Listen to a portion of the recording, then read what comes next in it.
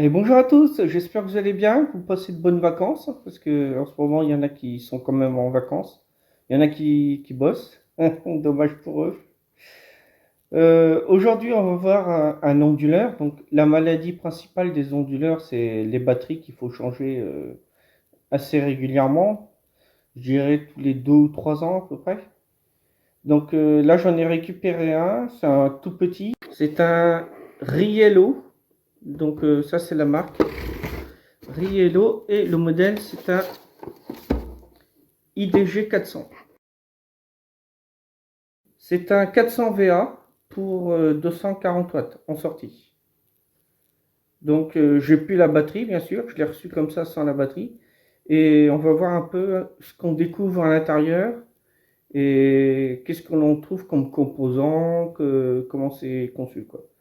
Donc je l'ouvre, il y a juste quelques vis à enlever, on enlève le plastique et après on regarde un peu ce que l'on voit. Je l'ai ouvert et voici ce qu'on découvre à l'intérieur. Donc ça, on a un fil noir, un fil rouge.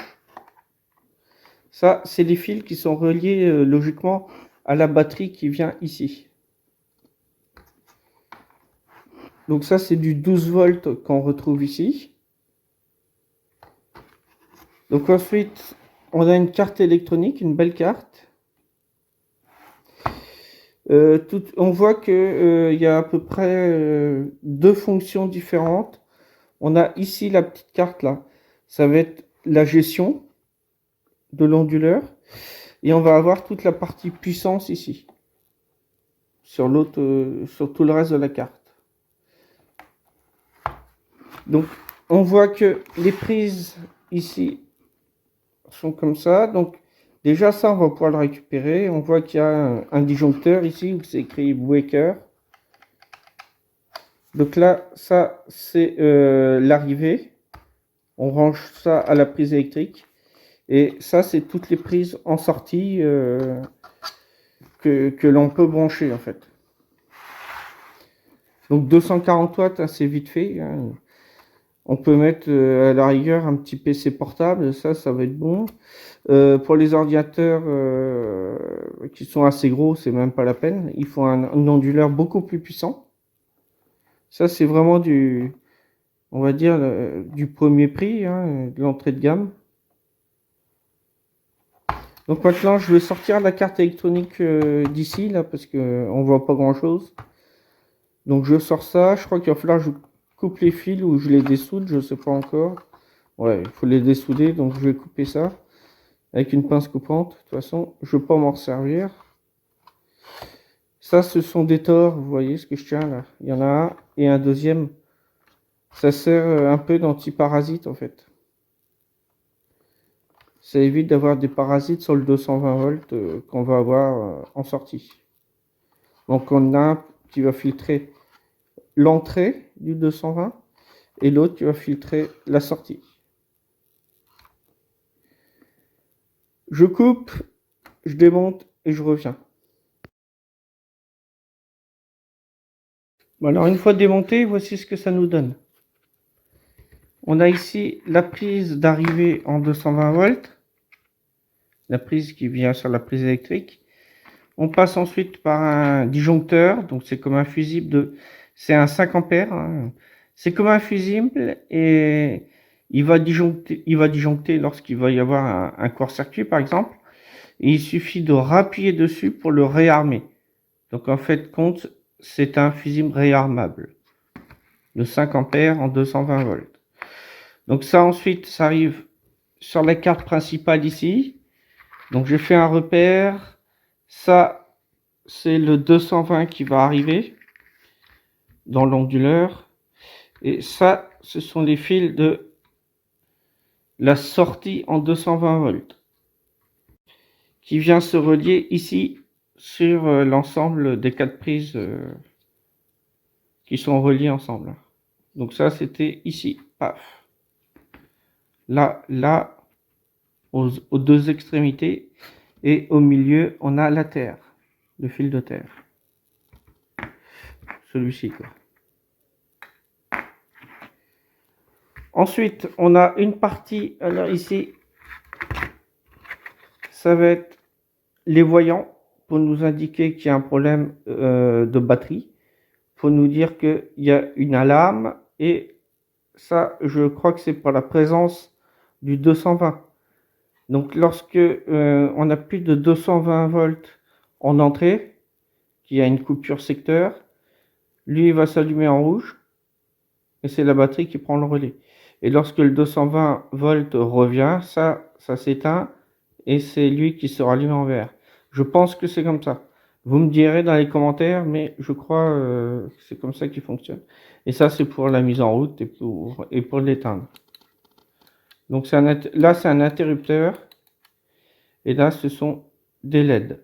LED rouge, jaune et rouge. Donc voici la carte. On a un connecteur qui vient se relier sur la carte qui est ici. Ça, c'est la carte principale. On voit bien gestion et tout ce qui est partie puissance. Le relais qui va nous intéresser, qui va faire la commutation entre la mise en route normale lorsque j'ai du 220 volts sur la prise électrique murale, c'est lui qui va commuter.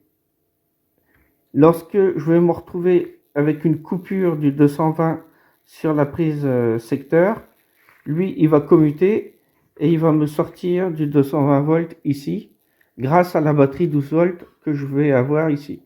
Donc, bien sûr, si la batterie est absente, s'il y a une coupure secteur de 220 volts, il ne pourra rien y avoir en sortie, bien sûr. Donc, les pannes très courantes là-dessus, ce sont les batteries qui lâchent, malheureusement.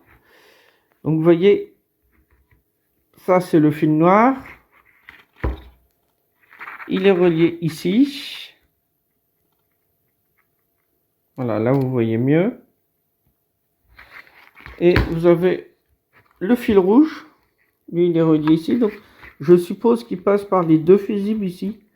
Ce sont deux fusibles de 30 ampères chacun qui sont en parallèle. Donc, ça nous fait 60 ampères. C'est la protection au niveau de la batterie. Et ensuite, je vais passer dans les MOSFET. Là. Ici, c'est directement les MOSFET. On a le drain du milieu, il n'y a pas d'isolant. Il est relié au dissipateur.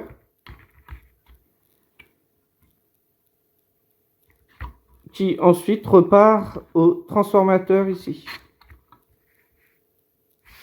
Donc, je vais avoir une alim. Je dirais celle-là. Qui va fournir une tension sur le transformateur. Qui ensuite va venir me charger mes batteries. Puisque mes batteries, il faut bien les recharger lorsque le 220 volts ici revient.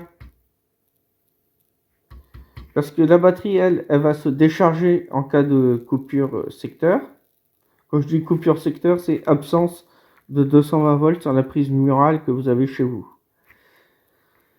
Donc la batterie, elle va se vider à travers des MOSFET qui vont fabriquer à travers le transformateur ici du 220 volts. AC, bien sûr. Donc on va passer du continu, du 12 volts, au 220 volts alternatif, AC. Donc il y a une conversion à faire.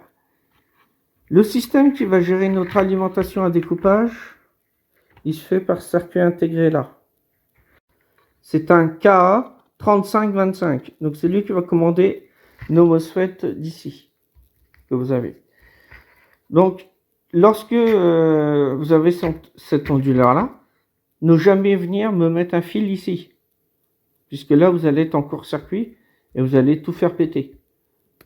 Le drain des MOSFET, là, il y en a un ici, et il y a un autre MOSFET sur l'autre dissipateur. Ils sont reliés directement. Il n'y a pas d'isolant entre les deux. Donc, il ne faut jamais venir faire un court-circuit ici. Donc, ce sont, j'arrive pas à lire, des IRF 3205, c'est du classique. Hein.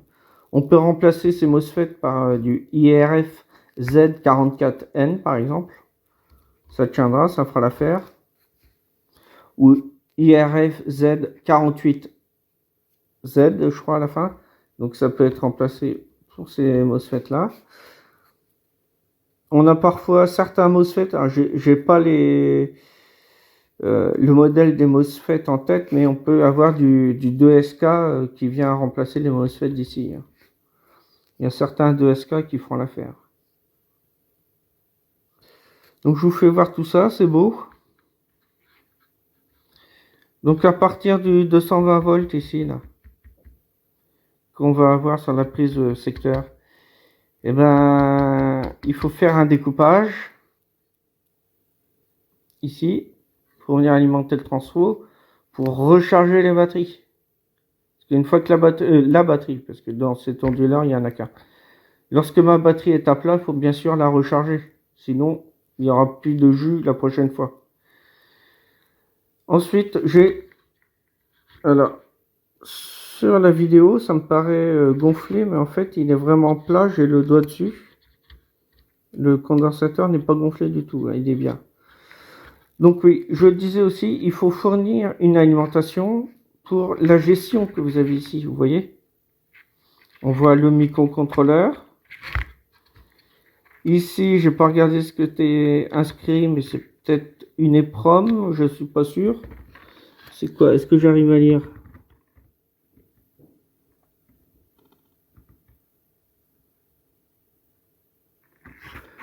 Donc oui, ça c'est une mémoire HTML. Donc ça, le soft va se trouver ici. Sur certaines télé LCD, elles sont des fois en panne.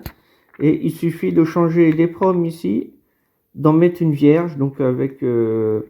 en fait, il y a des systèmes de programmation sur un ordinateur. Il faut que tout soit à 0 pour que l'EPROM soit vierge. Puisque ces mémoires-là, ça fonctionne avec 0 ou 1. 0, ça va être 0 volts, et 1, ça va être 5 volts. C'est comme ça qu'on fait la programmation. 0, 1, 1, 1, etc. C'est du codage, en fait. Pas du codage, ouais. Et ensuite, le microcontrôleur ici, il y a une étiquette. Je sais pas si je pourrais la décoller pour arriver à voir ce qu'il y a en dessous. Je ferai l'essai. Ici, on voit qu'il y a des optocoupleurs quand même. Donc, je suppose que c'est pour protéger quelque chose. Mais alors quoi?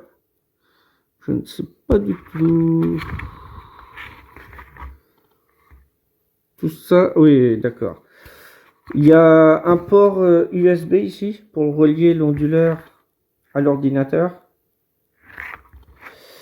Donc, on a une isolation par optocoupleur entre les informations de la prise USB et le microcontrôleur. On va tout isoler. Et ici, vous voyez, il y a un autre circuit. Je n'ai pas la référence, mais c'est lui qui va gérer l'USB. Parce qu'il y a une prise USB que l'on relie à l'ordinateur pour les différents paramétrages, par exemple. Baisser la luminosité de l'écran sur un ordinateur, ou alors on peut éteindre certains disques durs, ou on peut diminuer les capacités de l'ordinateur lorsque la batterie devient faible. Donc on a ça, et on a une isolation ici entre la partie USB de l'ordinateur et notre gestion de l'onduleur. Ça se fait par deux optocoupleurs. Donc on voit qu'ici dans ce modèle là c'est U6 et c'est U10. Il y a d'autres optocoupleurs, vous voyez, qui sont indiqués sur la carte mais qui ne sont pas mis dessus. C'est tout simplement que cette carte là peut aller sur différents types d'onduleurs de différents modèles et donc avec des options supplémentaires. Ici vous avez un buzzer. Donc lorsque vous avez une panne secteur et que la batterie prend le relais, lui va se mettre à sonner pour indiquer qu'il y a un souci, que le secteur 220 est coupé. Ou il va sonner également, je suppose, sur ce modèle-là, je ne l'ai pas essayé, hein, mais je suppose que lui, il doit biper lorsque la batterie est faible aussi. Hein. Alors je vous ai fait grosso modo la partie qui nous intéresse. La batterie ici, on passe par deux fusibles qui sont en parallèle de 30 ampères chacun. Ça me donne un plus A ici. Je l'ai repéré ici. Il repart ici, je veux dire. Je me trompe dans les mots. Celui-là, il va là. C'est le point milieu, ça, du transformateur que vous voyez ici. Le point milieu. Donc on le retrouve en dessous. On va avoir deux MOSFET, Q8 et Q10. Donc, vous voyez que sur cette même carte, on peut avoir Q10 et Q9 ici. Et l'autre, c'est Q8 et je suppose Q7. Voilà, on peut avoir deux MOSFET.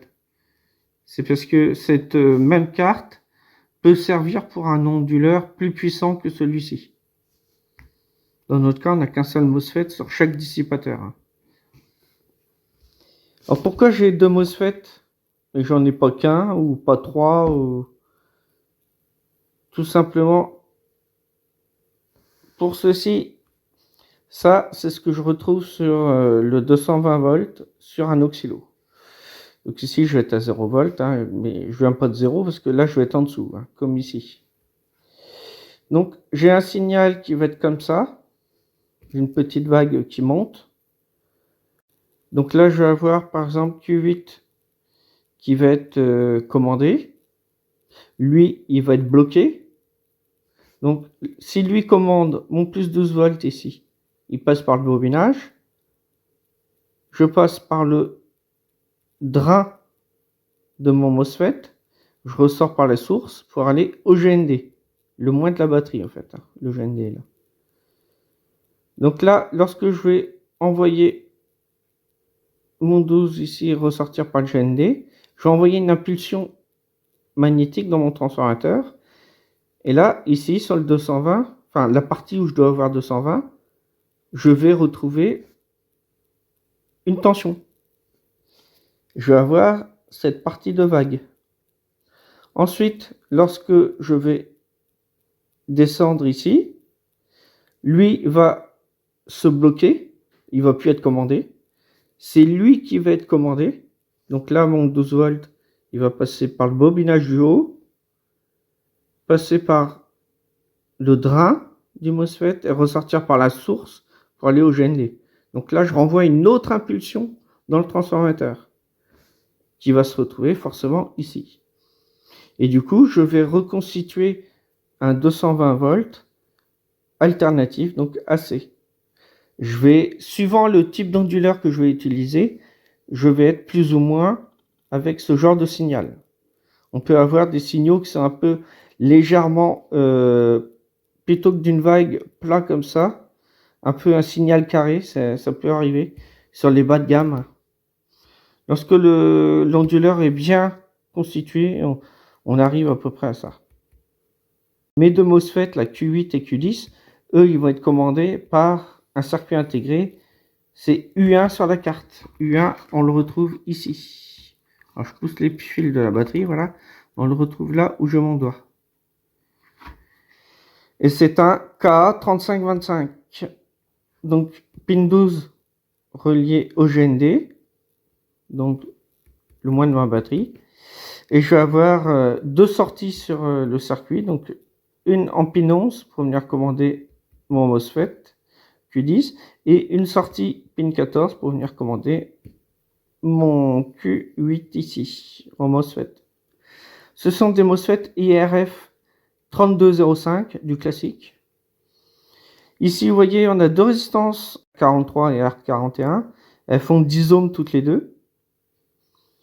Ici, si on regarde de près, alors premier MOSFET ici, alors vous voyez, c'est des toutes petites résistances que je vais avoir. R43, c'est le signal qui arrive ici, qui vient du KA3525. Et je vais avoir une résistance, là, dans mon cas, R54, qui retourne au GND. Et bien, c'est tout simplement, et voilà, c'est tombé. C'est tout simplement la résistance de pied ici que je vais avoir qui est reliée au GND.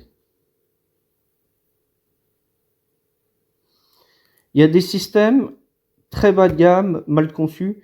Cette résistance-là, elle est absente. J'ai vu plein de vidéos sur YouTube. J'en regarde énormément. Je m'intéresse à tout ce qui est électronique, tout ce qui est, je sais pas moi, nucléaire, les missiles, je devrais pas dire ça sur la vidéo, tout ce qui se passe dans le monde actuel, ce qui se passe en France, je regarde énormément de vidéos, et du coup, eh bien, je vois certaines vidéos où ils font des montages pour créer un 220 volts ici en sortie, et ils ne mettent pas la résistance de pied qu'on a ici, R54, ou alors là, R58, ils la mettent pas. Juste de résistance ici. Alors des fois, ils peuvent mettre 100 ohms, ou alors ils peuvent mettre aussi 47 ohms. Ça, 47 ohms et 100 ohms, ce sont des valeurs que l'on peut retrouver. Cette alimentation-là, on va la retrouver dans différents appareils. C'est des alimentations à découpage, notamment pour faire du 220 ici. Mais on peut avoir le même montage et ici pas avoir 220 volts AC, mais avoir par exemple 2 fois 30 volts. Donc je vais faire une augmentation de tension. 2 fois 30 volts que je vais redresser, filtrer pour avoir une alimentation continue. Ça, c'est ce qu'on retrouve dans les amplis voitures, par exemple. Donc là, je vous ai fait, c'est la partie droite de ma feuille, ce qui va nous servir à fabriquer du plus 12 volts pour la batterie, pour pouvoir la charger. Donc on commence ici, phase et neutre in, c'est le secteur, la prise 220. On a ici une varistance, la MOV 1, elle se situe ici. Donc elle sert à protéger en cas de surtension, mais de surtension très élevée quand même. Elle va protéger à 560 volts. Donc en cas de surtension de EDF, par exemple rupture de neutre, on fait du 380 volts direct. Cette varistance, elle va se mettre en court-circuit entre là et là. Du coup, ça va me faire péter mon disjoncteur. Disjoncteur, ou alors, enfin dans notre cas, c'est un petit fusible réarmable, un disjoncteur, on peut appeler ça, de 5 ampères. Donc lui, il faudra la réarmer. Mais à mon avis, s'il y a une surtension ici, il y aura d'autres dégâts derrière. Ensuite, on a un condensateur ici de filtrage, le C1, 470 nanofarad. C'est celui-ci. Ensuite, on arrive sur deux relais. RY1. Donc là, la bobine, j'ai pas tout dessiné de comment elle est commandée. Pareil pour RY2. Donc RY1, c'est celui-là. Et RY2, c'est celui-là, derrière, le petit noir, là. Le gros noir. Non, j'ai rien dit. Vous voyez, là, j'ai été obligé d'assurer parce que, bah, bien sûr, en recopiant, j'ai fait des erreurs. Bon. Il n'y a pas de contact entre ici et ici. Hein. Là, ni là, vous voyez. Ici, j'ai fait deux traits, c'est parce que la piste qui est ici ressort ici, de l'autre côté. Ces deux relais sont gérés par le microcontrôleur qu'on a sur la carte. Donc celle-là. Lorsque j'ai ma batterie qui est branchée sur le plus et sur le moins. Je n'ai pas encore branché la phase des neutres là ici. Donc je suis dans cette configuration là. C'est-à-dire que la piste qui est ici est reliée là. Et la piste qui est ici est reliée là. Ça, c'est dans le cas où je n'ai pas branché. Ensuite, je viens brancher ma prise secteur, ou alors la coupure d'EDF est partie et du coup, le 220 revient. Mon contact, il va plus être comme ça, il va être entre la pin 1 et la pin 2. Et là, pareil, pin 1 et 2. Il va plus être sur 2 et 3 et 2 et 3. Donc là, je viens alimenter un pont de diode. J'ai mis PH1 pour éviter d'avoir des fils qui traversent partout, un peu comme j'ai fait ici. Donc PH1, je le retrouve ici, PH1, PH pour phase et 1. J'arrive sur un pont de diode. Donc ce pont de diode, il est ici. C'est le BR1. Donc BR1, je ne l'ai même pas marqué, je devrais le mettre pour que vous puissiez mieux suivre. Je pourrais dessus tirer 1 ampère max, sachant que je ne veux pas les tirer parce qu'il va claquer avant. Je vais plutôt être aux alentours de 300 milli, voire 400 milliampères. 500 milliampères, mais il va se mettre à chauffer, quoi. Je ressors ici sur le plus et le moins. Donc le moins, j'ai deux résistances ici qui sont en parallèle de 4,7 ohms et qui vont au moins de ma batterie. J'ai rajouté les résistances R55 et R56 et vous les trouvez ici sur la carte. C'est du 1206 le boîtier en CMS. Là, vous voyez, il y a aussi un MOSFET. Ce MOSFET, c'est celui-là. C'est le Q11. Je vais le rajouter aussi parce que décidément, ça n'a pas été mis. Et lui, il est contrôlé par également le microcontrôleur. C'est lui qui gère tout, le microcontrôleur. Alors, je répète, microcontrôleur, il est ici. Donc, je vais avoir un plus ici. Suivant la tension que j'ai ici, je passe par deux résistances de 500 kΩ, chacune en série, ce qui me fait une résistance ici équivalente de 1 mégaohm, et je retourne au microcontrôleur. Donc ça, il va savoir ce que j'ai ici, le microcontrôleur. Ensuite, j'ai une diode D5, et là, j'arrive sur une résistance suivie d'une bobine en parallèle. Donc la bobine, c'est celle-là. Et la résistance en parallèle, elle est ici. Vous notez sur le schéma que je n'ai pas mis la valeur de R97. Tout simplement que si je la mesure comme ça dans le circuit, je vais trouver un court-circuit. Vu que L1, c'est comme si je mettais un fil. Enfin, il y a plusieurs tours sur la bobine, hein, quand même. Sur la self. Donc, il faudra que je dessoude un côté de la self, que je soulève légèrement la self pour plus que ça fasse contact ici sur la piste. Soit là, peu importe. Et que je mesure après en ohms pour avoir la valeur. Donc ça, on mettra la valeur un peu plus tard. Ensuite, j'arrive ici. Je passe par une résistance 51 kΩ, 2 watts. Cette résistance, c'est celle-là. On a un condensateur ici, vous voyez, qui est en série avec la résistance. Et qui vient ici. C'est un filtrage. Petit filtrage. Sinon, ma tension continue que j'ai ici, plus, elle vient directement sur le bobinage, là. Donc ça, c'est la partie primaire d'un bobinage d'un transformateur. C'est pas celui-là, c'est celui qui était ici. Je l'ai enlevé, j'irai le chercher après pour vous faire voir. Donc on a deux pins, hein. Pin 4 et 5, et là, pin 1, 2, 3. Donc là, les deux pins du transformateur.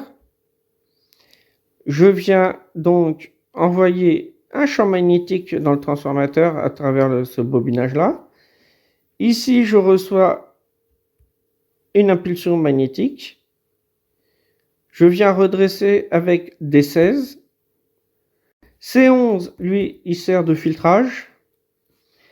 Donc, je redresse avec D16 et j'arrive sur le plus de la batterie 12 volts. Grâce à ça, je viens charger ma batterie 12 volts. Si j'ai une coupure secteur ou alors que je débranche l'huile, eh bien, mon relais va revenir dans cette position-là, telle que je l'ai dessinée. On arrive bientôt à la fin de la vidéo, là. Je vous ai mis les valeurs, donc D5, c'est une Hein 4937, 420 volts, 1 ampère.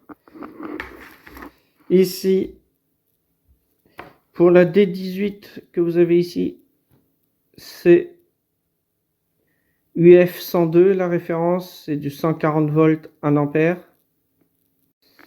Et ici, pour la D16, c'est une UF 203, donc 140 volts, 2 ampères. voyez, c'est tout petit pour pouvoir charger la batterie.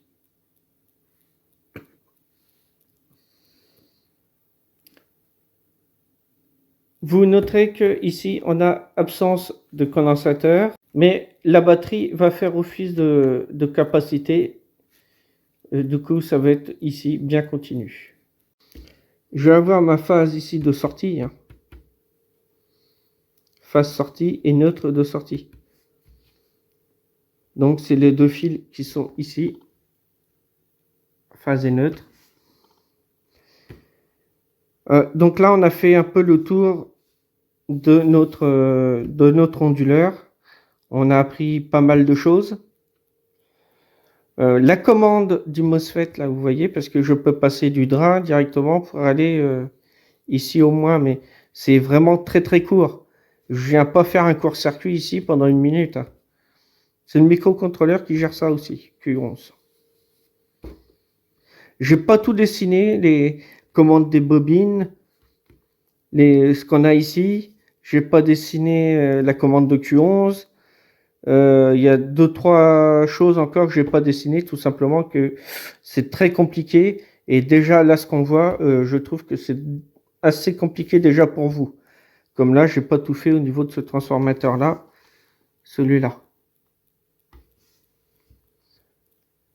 Parce que si j'explique tout, la vidéo elle va durer des heures et des heures. Il faut raccourcir quand même un petit peu. Pas trop... Déjà, elle va être longue, hein, mais pas trop longue non plus. Donc voilà, on a fait un peu le tour de notre onduleur. J'espère vraiment que cette vidéo vous a plu.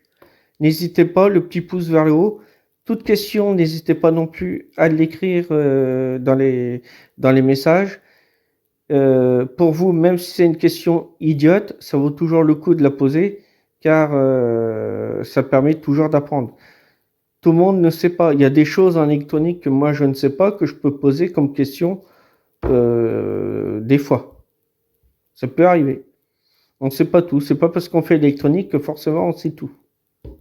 Des fois, si je vais sur une chaîne YouTube qui fait de la mécanique, ça peut m'arriver de poser une question, même si pour le mécano, pour lui, c'est une question un peu CON.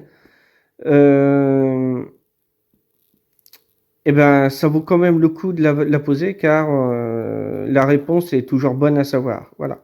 Donc n'hésitez surtout pas. Je rappelle, ceux qui ont un problème électronique, il y a notre forum Triac à faire qui est gratuit. Quand vous inscrivez et que vous connectez, ne surtout pas payer, parce que j'ai vu que XWatt demande à payer pour ne plus avoir de pub, etc. Donc cet argent-là, si vous payez, elle va pas à nous, elle va directement à l'hébergeur XWatt. Nous, on touche rien. Ce forum est vraiment gratuit. Il y a de la pub, bon, il faut savoir. Mais même l'argent de cette pub, c'est pas pour nous non plus, c'est pour XWatt. Ceux qui gèrent nos forums. Voilà. Donc, je mettrai le lien dans la description sous la vidéo. Je mettrai également le lien d'un multimètre, peut-être pas celui-ci. Celui-là, il est bien, c'est un automatique. J'en ai essayé plusieurs qui étaient en automatique. Il ne me convenait pas du tout. Celui-là, il a l'air bien. Je ne sais pas si je pourrais retrouver le même modèle. Sinon, je mettrai le lien, en tout cas, d'un multimètre qui est fonctionnel et qui est simple d'utilisation. C'est surtout ça qui compte et qui a les fonctions qu'on a besoin pour nos différents tests, différentes mesures. Je vous reprends parce que là, depuis tout à l'heure, j'étais en train de causer, je blablatais et vous voyez même pas mon visage, vous voyez des morceaux du schéma, donc j'en suis désolé. Je viens seulement de m'en rendre compte. Donc je vous dis maintenant à la prochaine pour une future vidéo. Soyez sages. J'espère vraiment que vous a plu.